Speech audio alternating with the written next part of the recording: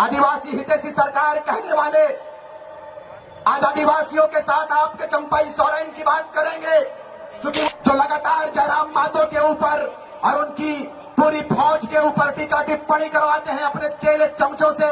मैं उन लोगों को कहना चाहूंगा, झारखंड में जब इतना बड़ा आंदोलन छिड़ा है तो ये अपराध नहीं है, ये हक बात है, ये अधिकार पर बात हम लोगों ने किया है, हमारे लिए गुनाह की कोई बात नहीं है। और टाइगर जयराम महतो का सेना यदि उसके विरोध में अपने आवाज को बुलंद करने के लिए हुक्मरानों के खिलाफ में और ये दमनकारी कंपनियों के खिलाफ में यदि चरमपंथ आंदोलन की तैयारी करते हैं अपनी आवाज, और आज झारखंड नवनिर्माण की बात यदि हम लोग करते हैं तो जहां जयराम महतो के बलिदान की बारी आएगी, सीना खोलकर उसका भाई रिजवान अंसारी खड़ा रहेगा शहादत देने के लिए। ये हमारा परिचय, ये झारखंड की तस्वीर है।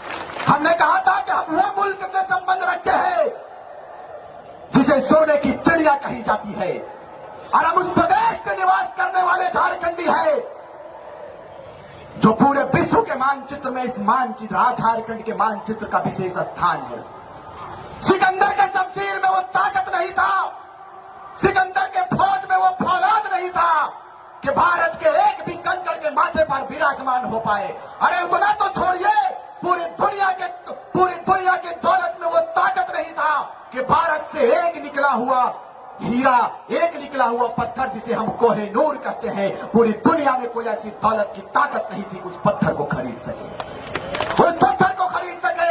तभी अल्लामा इकबाल ने कहा था कि यूनानो मिस्र रोमा सब मिट गए जहां से, यूनानो मिस्र रोमा सब मिट गए जहां से, कुछ बात है कि हस्ती मिटती नहीं हमारी, सदियों रहा है दुश्मन दौरे जहां हमारा, सारे जहां से अच्छा हिंदुस्ता हमारा, सारे जहां से अच्छा हिंदुस्ता हमारा। आप हमें बांटने का प्रयास करते हो। मैं जानना चाहता हूं अपने झारखंड वासियों से, लोकतंत्र के चौथे स्तंभ के माध्यम से इस बात को जानना चाहते हैं और उन हुक्मरानों से भी जानना चाहते हैं जो लगातार जयराम महतो के ऊपर और उनकी पूरी फौज के ऊपर टीका टिप्पणी करवाते हैं अपने चेले चमचों से।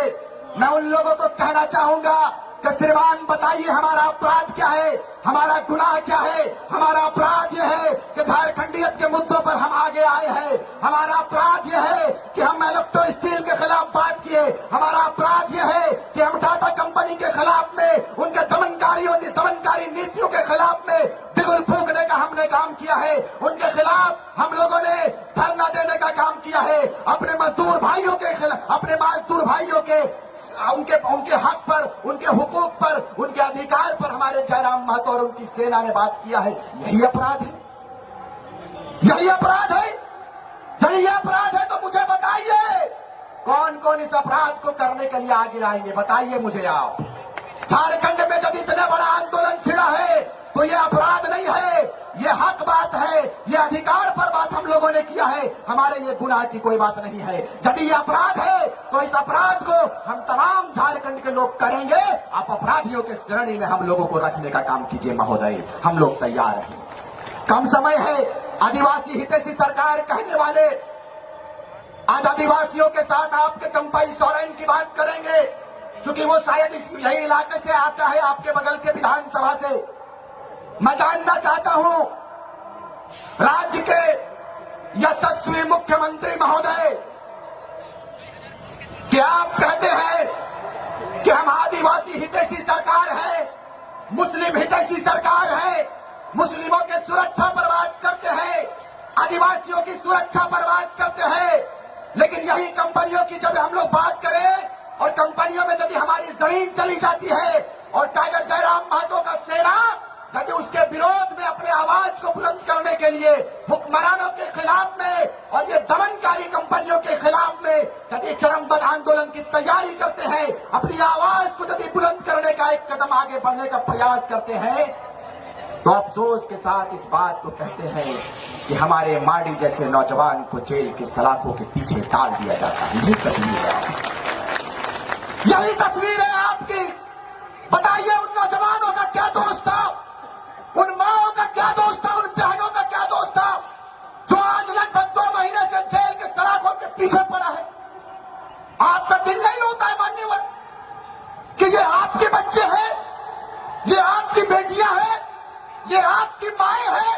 अरे भाई मैं गया था, हमारा पूरा टीम गया हुआ था कोल्हान का, मैं जेल के अंदर उनसे मिलकर आया, वो बच्चा रो रहा था जी, रो रहा था वो। तो बताइए इतना डर जयराम महतो की टीम से, इतना डर भाई क्यों ऐसा भय आ गया आपके, क्यों आ गया आपके अंदर? इसलिए कि आपको लूट लूट कर आदत था मान्यवर, आपको लूट लूट कर आदत था, लूट कर खाने की आदत पड़ी हुई थी। टाइगर जयराम महतो का सेना जैसे ही आगे आया, कंपनियों के अफसरों की बोलती बंद हो गई। यही जेबी कैसेस का परिचय।